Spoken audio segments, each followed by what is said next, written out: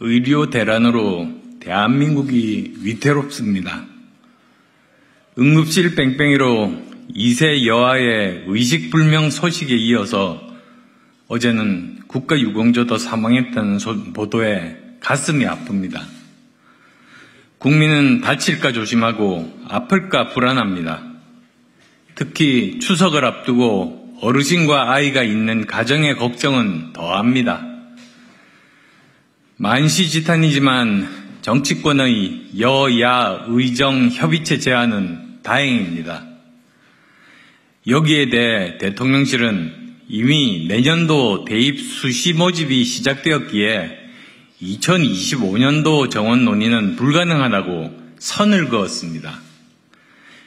2025년 정원은 변경이 불가능하고 2026년부터 논의가 가능하다고 합니다. 그러나 이러한 정부의 정책은 결코 해결책이 될 수 없습니다.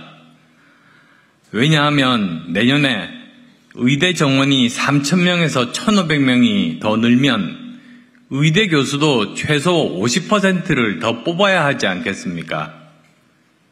3,000명 유급생까지 계산해서 7,500명을 교육시키기 위해서는 2배 이상의 신임 교수가 필요합니다.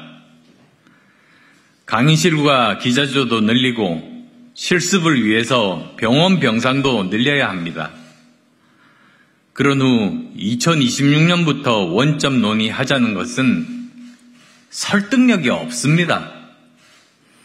만약에 의대 정원을 줄이는 결론이 난다면 다시 교수들을 해고하고 기자재를 팔고 병상을 없애야 하기 때문입니다. 무엇보다도 의대생과 전공의 선생님들이 돌아오지 않으면 의료 파국을 넘어 의료 시스템이 붕괴되고 말 것인데 2025년 정원에 대한 논의를 하지 않으면 이분들이 돌아올 생각이 전혀 없기 때문입니다. 의대 본과 4학년의 수업 거부로 내년 초 의사 시험을 치르지 못하면 매년 공급되어야 할 의사 3,000명이 사라집니다. 전공의 선생님들이 수련을 포기했기에 전문의 2,800명의 공급도 중단됩니다. 의료 인력은 의사, 인턴, 전공의, 전문의로 단계를 거쳐서 양성되며 매년 일정 인력이 인턴, 공중보건의, 군의관으로 병원, 보건소, 군대에 공급이 되어야 합니다. 그렇지만 이 연결고리가 끊어지면 복구하는 데만 최소 4, 5년이 걸리는 의료 시스템 붕괴 문제와 맞닿아 있습니다. 또한 전공의 선생님 없이 반년 이상 사명감으로 버티던 전문의들과 의대 교수님들이 지쳐서 떠나게 되면 응급실부터 차례로 문을 닫게 됩니다. 벌써 이 일은 일어나고 있는 중입니다. 특히 전공의 의존도가 큰 지방종합병원은 경력난으로 도산이 불가피합니다. 필수 의료, 지방의료부터 무너지는 의료 붕괴가 현실화되고 있는 것입니다. 저는 오늘 절박한 심정으로 의료 대란의 해법을 제안드리고 전공의 선생님들과 의대생들이 의료 현장과 의대 강의실로 돌아오게 할 수 있는지 말씀드리고자 합니다. 첫째, 2025년 증원을 1년 유예할 것을 제안드립니다. 물론 이미 9월 9일부터 내년도 의대 수시 모집이 시작됐습니다. 의대 증원이 유예되면 수험생의 혼란과 피해가 클 겁니다. 특히 의대 입시를 위해서 재수를 택한 수험생은 1년을 날릴 수도 있습니다. 그렇지만 2025년 의대 증원을 강행한다면 입학한다 해도 정상적인 의대 교육은 어렵습니다. 우선 기존 의대생들이 유급되면 내년 의대 1학년은 지금의 배가 넘는 7,500명이 됩니다. 의대 교육은 대형 강의실 교육과는 다릅니다. 의대 교육은 소그룹 실습 위주의 교육이 주를 이룹니다. 그래야 가까이에서 관찰하고 실습을 통해서 제대로 교육을 받을 수 있기 때문입니다.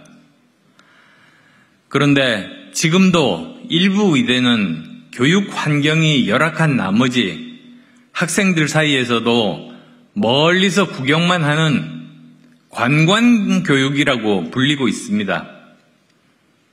이 상황에서 정원이 두세 배가 더 는다면 소그룹 실습 위주의 의대 교육은 불가능합니다.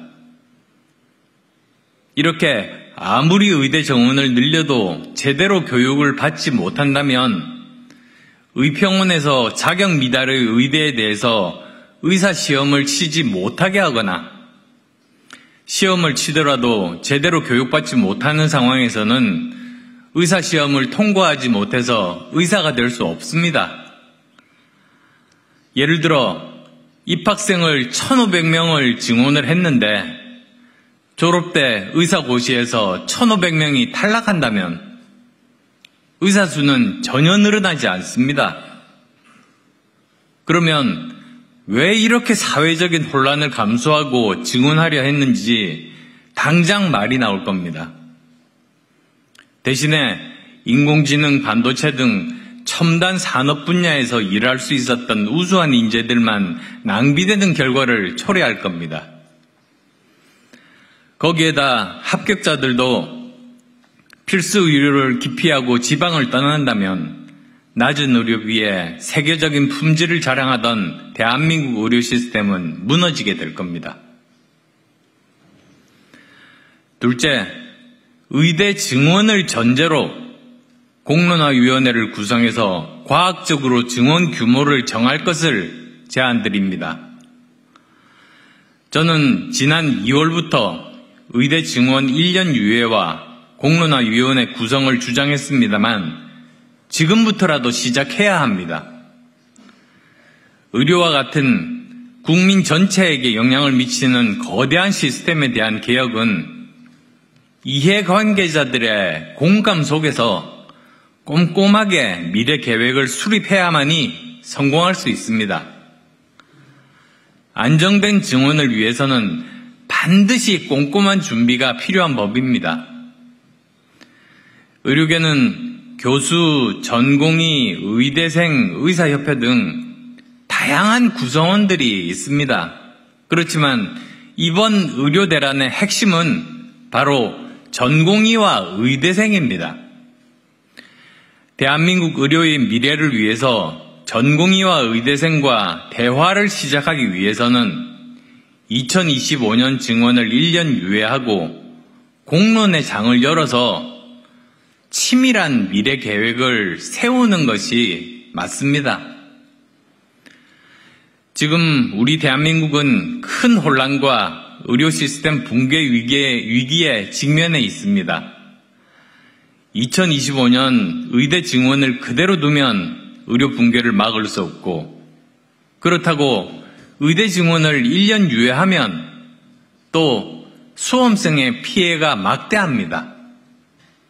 안타깝지만 결국 의료 붕괴와 수험생의 피해를 따져보고 커다란 사회적인 두 가지 손해 중에서 한 가지를 택해야 할 이런 상황에 처해 있습니다.